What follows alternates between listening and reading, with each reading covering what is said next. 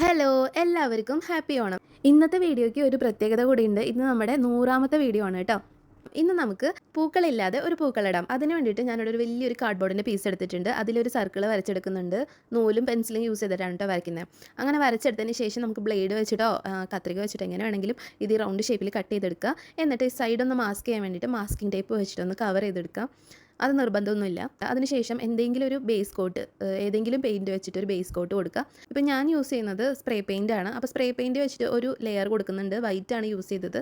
അങ്ങനെ പെയിൻറ്റ് ചെയ്തെടുത്തതിന് ശേഷം ഇതിന് മുകളിലായിട്ട് പല റേഡിയസിലുള്ള സർക്കിളും അതുപോലെ തന്നെ പല ആംഗിളിലുള്ള ലൈൻസും വരച്ചെടുക്കുക. അതിന് വേണ്ടിയിട്ട് കോമ്പസും പ്രൊട്രാക്ടറും ഒക്കെ യൂസ് ചെയ്യുന്നുണ്ട്. അങ്ങനെ യൂസ് ചെയ്തിട്ട് ഈ ഒരു ലൈൻസും സർക്കിൾസും ഒക്കെ വരച്ചെടുക്കുക. ഇതൊരു ഗ്രിഡാണ്. ഈ ഗ്രിഡ് യൂസ് ചെയ്തിട്ട് നമുക്ക് എളുപ്പത്തിൽ പൂക്കളം ഡിസൈൻ ചെയ്തെടുക്കാൻ പറ്റും.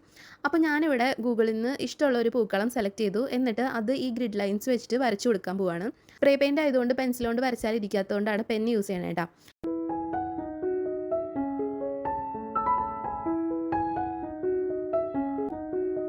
അപ്പം ഞാൻ പെന്ന് വെച്ചിട്ട് എല്ലാ ഡിസൈനും വരച്ചെടുക്കുന്നുണ്ട്. ഇതിനേക്കാൾ സിമ്പിളായിട്ടുള്ള ഡിസൈൻസ് മതിയെങ്കിൽ അത് യൂസ് ചെയ്യാൻ പറ്റും. ഇത് ഞാനിപ്പോൾ ഒരു വെറൈറ്റിക്ക് വേണ്ടിയിട്ട് ഇത്തിരി പാടുള്ള ഒരു പിക്ചർ സെലക്ട് ചെയ്തെന്നുള്ളൂ. എളുപ്പമുള്ളതൊക്കെ എടുക്കാം, ചെറിയ ചെറിയ പിക്ചേഴ്സൊക്കെ എടുക്കാം കേട്ടോ.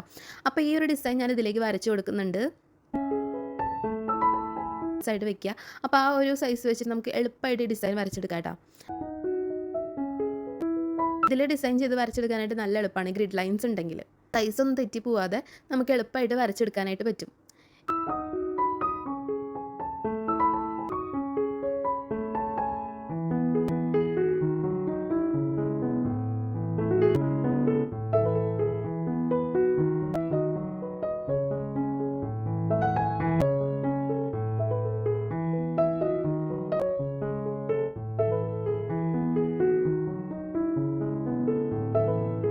ഇപ്പോൾ ഒരു പാറ്റേൺ നമ്മൾ വരച്ച് തീർത്തിട്ടുണ്ട്. ഇനി നമുക്ക് ഇതിൽ ഇഷ്ടമുള്ള കളേഴ്സ് ഒന്നല്ലെങ്കിൽ ആ ഡിസൈനിൽ കൊടുത്തിട്ടുള്ള അതേ കളേഴ്സ് വെച്ചിട്ട് ചെയ്യാം, അല്ലെങ്കിൽ നമ്മുടെ ഇഷ്ടത്തിന് ഓരോ കളേഴ്സ് ചെയ്യാം കേട്ടോ. അപ്പോൾ ഞാൻ നടുക്കായിട്ട് വൈറ്റ് ചെയ്ത് കൊടുത്തിട്ടുണ്ട് ഓൾറെഡി.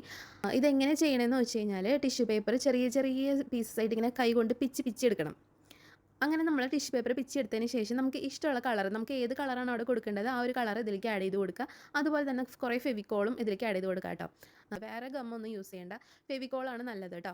അങ്ങനെ ഫെവിക്കോൾ ആഡ് ചെയ്തിട്ട് നമ്മളിത് മിക്സ് ചെയ്ത് നോക്കുക, നമുക്ക് എടുത്ത് വെക്കാൻ പറ്റുന്ന ഒരു പാകമായോ എന്ന്. പാകമാവുന്നതിനനുസരിച്ചാണ് നമ്മൾ പശയും പെയിൻറ്റും യൂസ് ചെയ്യേണ്ടത്. ചിലപ്പോൾ പശ കൂടുതലാവുമ്പോൾ വൈറ്റ് കളർ ഇങ്ങനെ എടുത്ത് നിൽക്കും. അപ്പോൾ അതിൻ്റെ അർത്ഥം പെയിൻറ്റ് കുറവാണെന്നാണ് കേട്ടോ. അപ്പോൾ പെയിൻറ്റ് കൂടുതൽ ഇട്ട് കൊടുക്കുക. അതുപോലെ കൂടുതൽ പെയിൻറ്റ് പോലെ ഇരിക്കുകയാണെങ്കിൽ പശ കുറവും അതുപോലെ തന്നെ ടിഷ്യൂ പേപ്പർ കുറവാണെന്നാണ് അർത്ഥം. ഇങ്ങനെ ഒരു പേസ്റ്റ് പോലെ ഇരിക്കണം നമ്മുടെ ഈ ഒരു മിക്സ്ചർ കേട്ടോ. അങ്ങനെ നമ്മൾ മിക്സ് ചെയ്തെടുക്കുക. എന്നിട്ട് ഇതിലേക്ക് വെച്ച് കൊടുക്കുക. ആദ്യം എനിക്ക് കുറച്ച് മിസ്റ്റേക്ക് പറ്റിയിട്ടുണ്ടായിരുന്നു. കാരണം എന്താണെന്ന് വെച്ചാൽ ഞാൻ യൂസ് ചെയ്യുന്നത് കിച്ചൺ ടിഷ്യൂ ആണ്. അപ്പോൾ അത് 2 ലെയേഴ്സ് ഉണ്ട്. ലെയേഴ്സ് രണ്ടും കൂടിയിട്ട് പിച്ചിടുന്ന സമയത്ത് ഇത്തിരി വലിയ പീസസ് ആവുകയും അതുപോലെ ഇത്തിരി കട്ടി കൂടുതലും ചെയ്യായിരുന്നു. അപ്പോൾ നമ്മൾ മിക്സ് ചെയ്തെടുക്കുന്ന സമയത്ത് ഇത് എടുത്ത് വെക്കാനായിട്ട് നല്ല പാടുണ്ടായിരുന്നു. പിന്നീട് ഞാൻ ഈ 2 ഷീറ്റുകൾ തമ്മിൽ വേർപ്പെടുത്തിയിട്ട് കുഞ്ഞു കുഞ്ഞു പീസസ് ആക്കിയിട്ട് പിച്ചെടുക്കുകയാണ് ചെയ്തത്. എന്നാലാണ് നമുക്ക് ഫിനിഷിംഗ് ആയിട്ട് ഇടാൻ പറ്റുള്ളൂ. പിന്നത്തെ ലെയേഴ്സ് തുടങ്ങിയിട്ട് നന്നായിട്ട് വന്നിട്ടുണ്ടായിരുന്നു ഞാൻ ഈ ഒരു മെത്തേഡ് ചേഞ്ച് ചെയ്തതിന് ശേഷം. ഇത് മിക്സ് ചെയ്യാനായിട്ട് ഞാനിവിടെ ഒരു പഴയ ബ്രഷാണ് കേട്ടോ യൂസ് ചെയ്യണം. അപ്പോൾ നമുക്കതിങ്ങനെ വിടർത്തി മിക്സ് ചെയ്ത് കൊടുക്കാനായിട്ട് പറ്റും. അതുപോലെ തന്നെ ഈ ഒരു ടൂൾ എന്താണെന്ന് വെച്ചാൽ നമ്മുടെ പഴയ ബയോളജി ബോക്സിലെ ഒരു പിന്ന് പോലത്തെ ഒരു ടൂളാണ് കേട്ടോ. അപ്പോൾ ഇതിന് പകരമായിട്ട് നമുക്ക് ഇഷ്ടമുള്ള വേറെ എന്തെങ്കിലും ടൂൾ നമുക്ക് യൂസ് ചെയ്യാം. അങ്ങനെ ഓരോ കളേഴ്സും ചെയ്തെടുത്തിട്ട് ഓരോ കളേഴ്സും നന്നായിട്ട് ഇതിൽ വെക്കുക.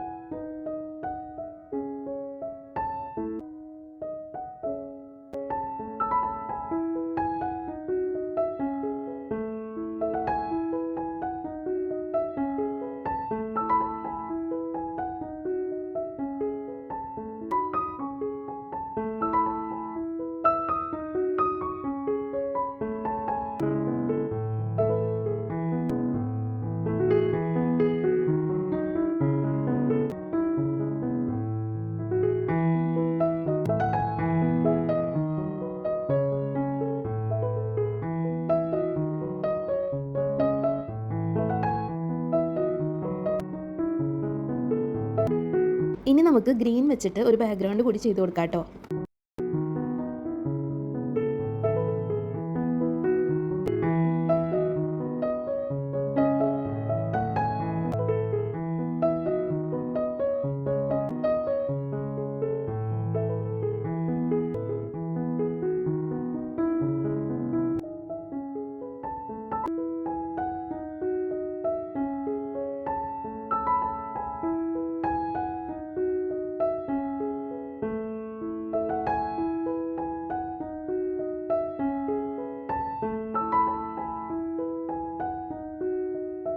കഴിഞ്ഞ ദിവസം ഒരു മിനിയേച്ചർ തൃക്കാക്കരപ്പൻ ഉണ്ടാക്കിയിട്ടുണ്ടായിരുന്നു. അതിൻ്റെ വീഡിയോ ഞാൻ അടുത്ത ദിവസങ്ങളിലായിട്ട് ഇടുന്നുണ്ട്.